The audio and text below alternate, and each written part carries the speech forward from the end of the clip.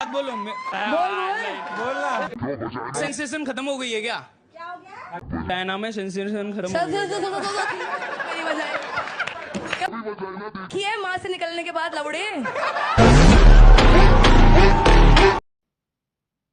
বর্তমানে দাঁড়িয়ে ইউটিউবে সব থেকে এখন ভাইরাল কন্ট্রোভার্সিয়াল হচ্ছে ইন্ডিয়ান গট ট্যালেন্টের যে সমস্ত কনসাল্ট বা যে সমস্ত জাজগুলো ছিল তাদের উপরে তারা কে ভুল বলেছে কে ঠিক বলেছে সেটা বিচার করার ক্ষমতা হয়তো অতটা বড় আমি হয়নি এবং তাদের যে কন্ট্রোভার্সিয়াল ব্যাপারটি সেটা সকলেই শুনেছেন, ছোট বড় সবারই।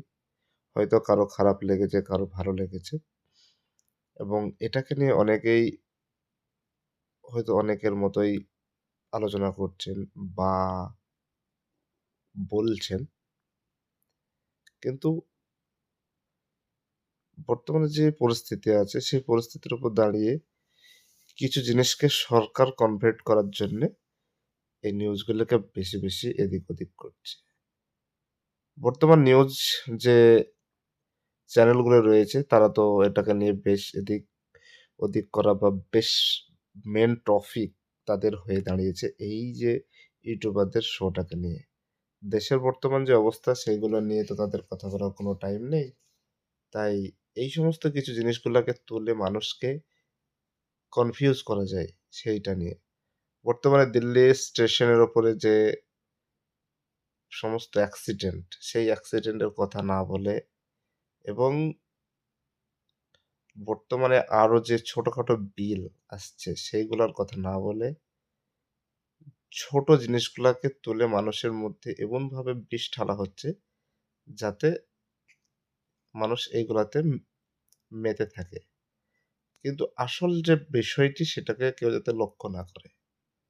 আমিও অনেকদিন ধরেই ভাবছিলাম যে এরকম টপিকে একটা ভিডিও বানাবো। আজকে সেই টপিকটা পেয়ে আপনাদেরকে ভিডিও বানাচ্ছি এই বিষয়ে। কে কি বলল সেটা না ভেবে দেশের কি অবস্থা সেটা ভাবাটা উচিত। এবং আমাদেরকে সৎ বা মেন যে জিনিসগুলা সেগুলাকে লক্ষ্য রাখা দরকার। যদি বলেন কিরকম তার উদাহরণ হয়তো আমার কাছে এখন বর্তমানে নেই বা বলতে পারছি না, কিন্তু আপনারা খেয়াল করলে সেগুলো দেখতে পারবেন। ইন্ডিয়ান যে সমস্ত ভাইদেরকে আমেরিকা থেকে নিয়ে দেশে পাঠিয়ে দেওয়া হচ্ছে, এই যে একটা টপিক, এই টপিকের ওপর কোনো আলোচনা নেই। তারপরে বর্তমান ইয়ুথ বা যুবকদের যে চাকরির একটা ব্যাপার আছে সেটা নিয়ে কোনো কথা বলার কোনো লোক নেই। অর্থাৎ সবকিছুই তো যদি কেউ একজনের হাতে চলে যায় পাওয়ার, সে তো তার মিসইউজ করবেই, সেটা করছে সেটা দেখাও যাচ্ছে।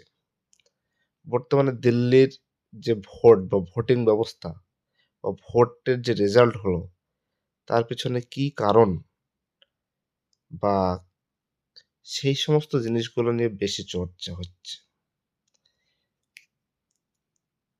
সরকার শুধু মসনদে বসেই যে তার অ্যাশ আরামে জিন্দেগি কাটাবে সেই জন্য সরকারকে বসানো হয় না। সরকারকে বসানো হয় যুবক বেকার ছেলেদের রোজগার, রাস্তা, শিক্ষা, স্বাস্থ্য এইসব জিনিসগুলোকে দেখানোর জন্য বা দেখার জন্য।